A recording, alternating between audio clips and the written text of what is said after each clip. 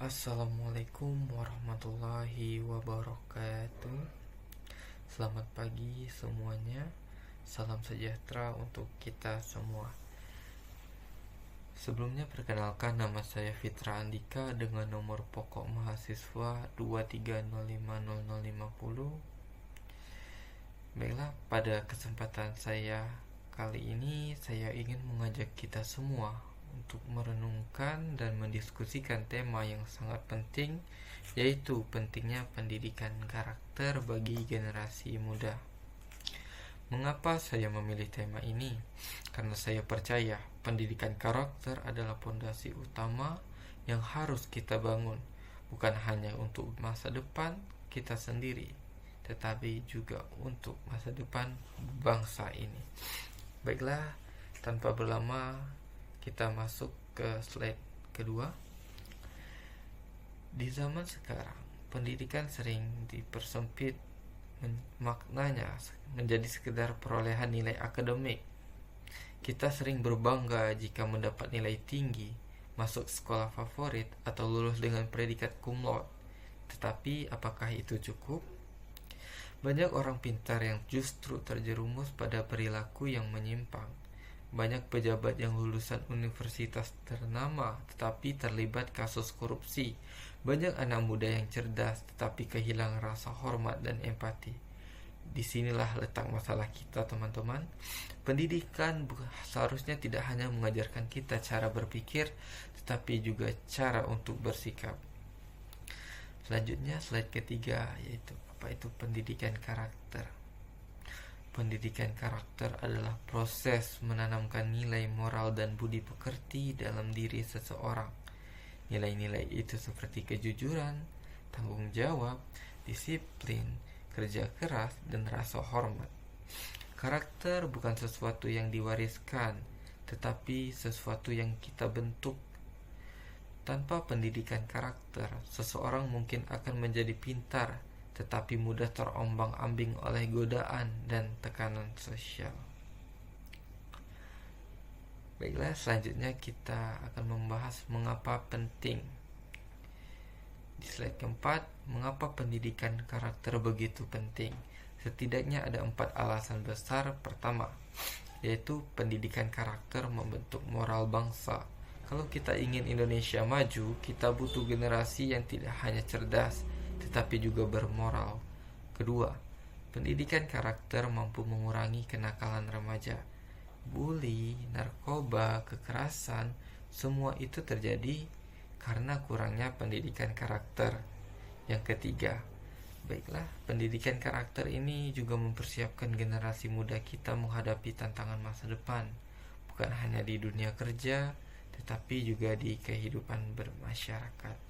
Yang keempat sekaligus yang terakhir, yaitu ada pendidikan karakter menciptakan lingkungan yang damai dan saling menghargai. Tanpa itu kita hanya akan hidup dalam persaingan yang saling menjatuhkan. Baik, kita lanjut ke slide kelima, itu dampak kurangnya pendidikan karakter. Teman-teman, mari kita lihat realitas saat ini. Hari ini begitu banyak kasus bully di sekolah, begitu banyak pergaulan bebas dan penyalahgunaan narkoba, sehingga begitu banyak orang yang pintar tetapi mudah menipu, mengkhianati kepercayaan. Ini semua adalah dampak nyata dari kurangnya pendidikan karakter. Tanpa karakter, kecerdasan hanya akan digunakan untuk kepentingan pribadi, bukan untuk hal-hal yang merusak orang lain.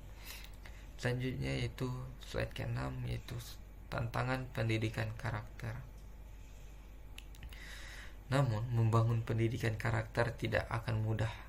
Ada banyak tantangan yang harus kita hadapi. Yang pertama itu ada pengaruh negatif dari media sosial yang semakin sulit dikendalikan. Media sosial seringkali menjadi tempat berkembangnya kebencian, hoax, dan perilaku buruk yang justru ditiru oleh kaum generasi muda. Kedua, kurangnya keteladanan dari orang dewasa. Seringkali kita menuntut anak-anak untuk berperilaku baik, tetapi orang dewasa sendiri lupa memberikan contoh yang baik kepada mereka.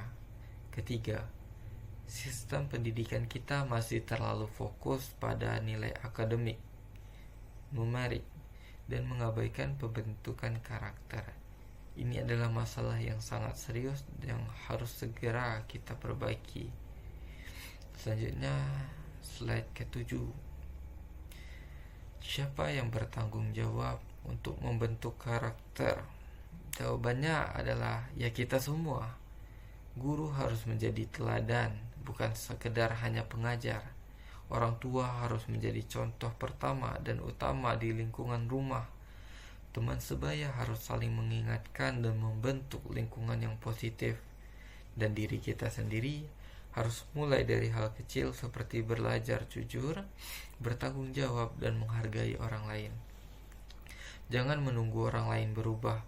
Perubahan itu harus kita mulai dari diri kita sendiri. Baik, kita lanjutkan slide ke-8 ya. Teman-teman, mari kita bayangkan bersama sebuah masa depan di mana kita hidup di lingkungan yang damai, penuh akan toleransi dan saling menghormati. Bayangkan betapa indahnya jika semua orang jujur, disiplin, dan saling membantu. Masa depan seperti itu bukanlah hanya mimpi semata. Itu bisa kita wujudkan jika kita memulai pendidikan karakter dari sekarang. Jangan menunda, jangan lagi menunggu. Mulailah hari ini, mulai dari diri kita sendiri. Kita tidak hanya butuh orang pintar, tetapi butuh orang yang berkarakter. Baiklah, pada akhir kesempatan kita dapat kita tarik sebuah kesimpulan sebagai penutup presentasi. Saya ingin menegaskan bahwa pendidikan karakter adalah fondasi fundamental untuk membangun generasi yang berkualitas. Pendidikan karakter bukan tugas sekolah saja, tetapi tugas kita semua. Mari bersama-sama membentuk generasi muda yang cerdas, beretika, dan mampu membawa Indonesia ke arah yang lebih baik. Saya yakin 2045 akan menjadi generasi emas. Baik, untuk menutup presentasi ini saya akan menyampaikan kalimat quotes.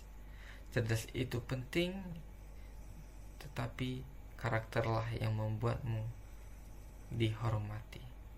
Baiklah teman-teman, mungkin itu saja yang dapat saya sampaikan pada kesempatan kali ini. Saya Fitra Andika pamit undur diri. Apabila terdapat kesalahan pengucapan, kesalahan kata, saya mohon maaf. Wabillahi taufik wal hidayah. Wassalamualaikum warahmatullahi wabarakatuh.